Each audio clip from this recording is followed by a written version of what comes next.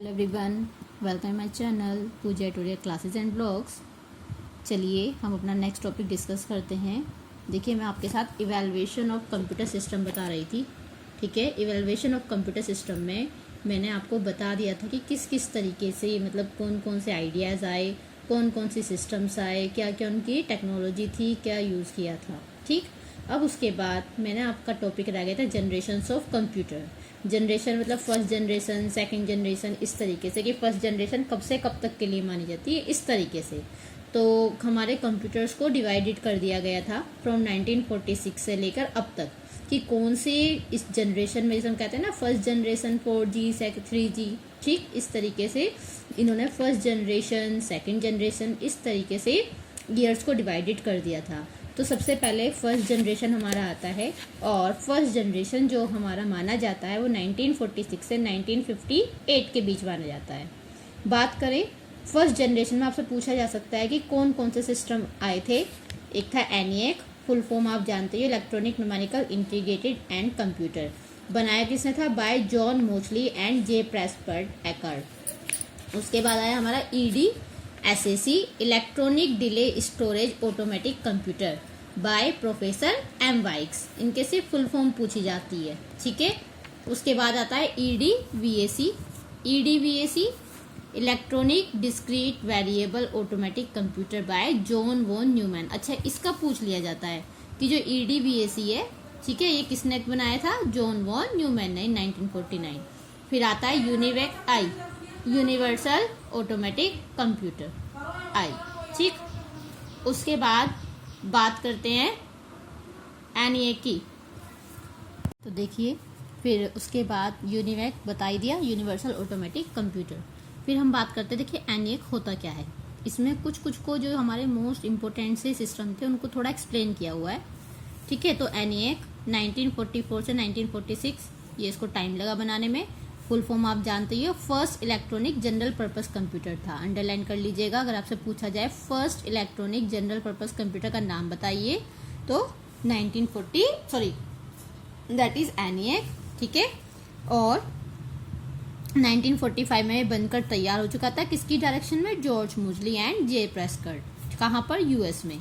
And was 100,000 time faster than the, जो आपका mark आई था ना, उससे 1000 टाइम्स इसकी स्पीड ज़्यादा थी। इसमें क्या लगे हुए थे? थाउजेंड्स ऑफ वॉल्स, मतलब वैक्यूम ट्यूब। अच्छा, एक क्वेश्चन आता है, इंपॉर्टेंट क्वेश्चन है, what we use in first generation computers. Means first computer, जो फर्स्ट जनरेशन के जो कंप्यूटर्स थे उसमें किसका यूज़ किया गया था? तो वैक्यूम ट्यूब्स का यूज़ किया गया था। And control by patches, cables and switches, जो केबल्स के थ्रू या स्विचेस के थ्रू कंट्रोल किए जाते थे। ठीक है, लेकिन जो इसका साइज था बेटा बहुत ज़्यादा था। इसमें 18,000 के करीब वैक्यूम ट्यूब लगे हुए थे और 70,000 के करीब रेसिस्टर्स लगे हुए थे। आपको यहाँ दिखाई दे रहा है ना, बहुत ज़्यादा साइज में बड़ा था, जिस वजह से फ्लो ऑफ इलेक्ट्रॉन्स भी बहुत ज़्यादा हुआ करता था। और इनकी जो स्पीड थी प्रीवियस कंप्यूटर से थोड़ी फास्ट थी। ठीक है, the computer form on the basis first generation computer. ठीक है, फर्स्ट जनरेशन का कंप्यूटर इसको माना जाता है। ठीक, और ये 5 जनरेशन तक चलता रहा। बेटा सॉरी फॉर डिस्टर्बेंस, पीछे से कुछ डीजे वीजे की आवाज़ आ रही है, but you please concentrate on my voice. ठीक है, तो देखिए उसके बाद तो ये आपका है ENIAC। ये मेरी बेटे ने बुक जरा थोड़ी गंदी कर दी है बहुत ज़्यादा। ठीक है, तो ये कुछ दिखाई भी नहीं दे रहा, कुछ तो थोड़ा सा आजकल उसे पढ़ने का शौक हो रहा है। उसके बाद बात करते हैं UNIVAC, जो आपका आया था 1951 में। Universal automatic computer was the main computer of first generation. First generation का सबसे मेन कंप्यूटर माना जाता है। डेवलप किया था रेमिंगन एंड रोन ने। इसमें इतने वैक्यूम ट्यूब्स लगे हुए थे और इसका साइज पहले से क्या हो गया था? कम हो गया था। मतलब हम ये चाहते थे कि इस तरीके से हम चीज़ों को यूज़ करें कि उसका साइज जो है कम हो जाए। ठीक है, जो स्पेस आपका कम ले, देखो आपको दिखाई दे रहा होगा ना, इस तरीके से इसका साइज देखो कितना कम हो गया। तो ये आपका UNIVAC है, IBM ने बनाया था। और ये तो कुछ आता नहीं, बस इसकी कैरेक्टरिस्टिक्स क्या थी फर्स्ट जनरेशन की पूछ ली जाती हैं। तो वैक्यूम ट्यूब्स का यूज़ करते थे और ईच प्रोग्राम उसमें यूज़ होते थे। स्पेसिफिक मशीन लैंग्वेज कोड वो रीड करता था, मीन्स बाइनरी कोड को रीड करता था। उसके बाद बात करते हैं सेकंड जनरेशन। सेकंड जनरेशन हमारी आई थी 1959 से 1963 के बीच। ठीक है, इसमें हम जो यूज़ करते थे बाइपोलर जंक्शन, मीन्स ट्रांजिस्टर्स का यूज करते थे सेकंड जनरेशन में, याद रखिएगा। फर्स्ट जनरेशन में वैक्यूम ट्यूब, सेकंड जनरेशन में बाइपोलर जंक्शन मीन्स ट्रांजिस्टर्स। ठीक है, इलेक्ट्रॉनिक्स कंप्यूटर्स थे, साइज थोड़े स्मॉल हो चुका था जैसे कि आप देख रहे हो पहले के अकॉर्डिंग। ठीक है, रेसिस्टर्स लगे हुए थे, वैक्यूम ट्यूब भी बहुत स्मॉल हो गए थे, लेस एनर्जी कंज्यूम करते थे और स्पीड भी इनकी क्या थी, फास्ट थी। साइज पहले से क्या हो चुका था, कम हो चुका था। उस टाइम पर जो बने थे कंप्यूटर्स जनरेशन है, ये PDP-8, IBM 7090, ये सब उस टाइम के बने हुए थे। इसकी बात करें सेकंड जनरेशन की, क्या क्या यूज होता था, तो वही बता दिया। ट्रांजिस्टर्स यूज करते थे, स्मॉल इन साइज थे as comparison to vacuum tubes.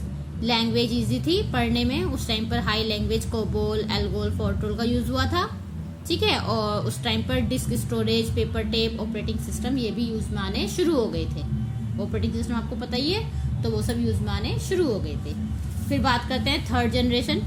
Third generation चली आपकी 1964 से 1971 के बीच।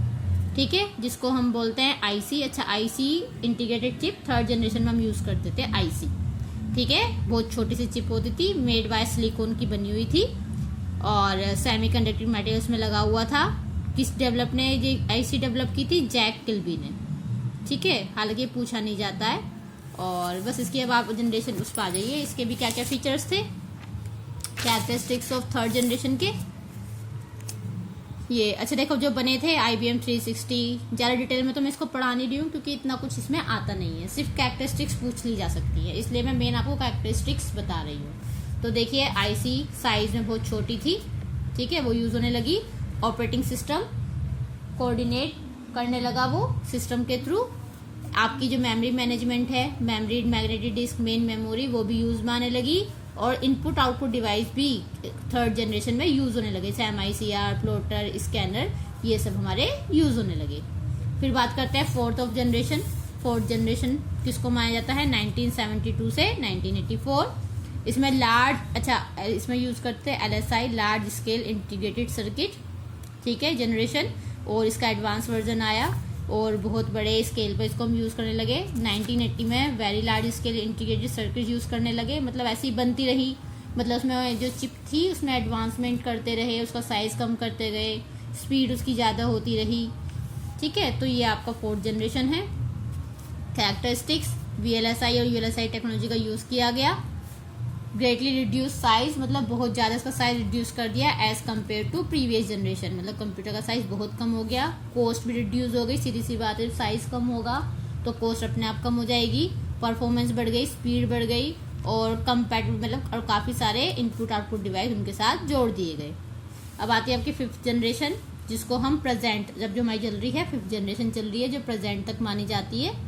ठीक है, VLSI वैक्यूम ट्यूब्स का एरा आ चुका है, मीन्स काफ़ी सारे इसमें चेंजेस हो गए हैं, साइज़ को लेकर, कॉस्ट को लेकर, स्पीड, परफॉर्मेंस, इन सब को लेकर काफ़ी सारे चेंजेस हो चुके हैं। प्रोग्रामिंग्स यूज़ होने लगी हैं और ह्यूमन ब्रेन काम बहुत ज़्यादा मतलब यूज़ होने लगा है, नई नई टेक्नोलॉजी आने लगी है, एडवांसमेंट आने लगा है। तो ये सब इसके फीचर्स देखो,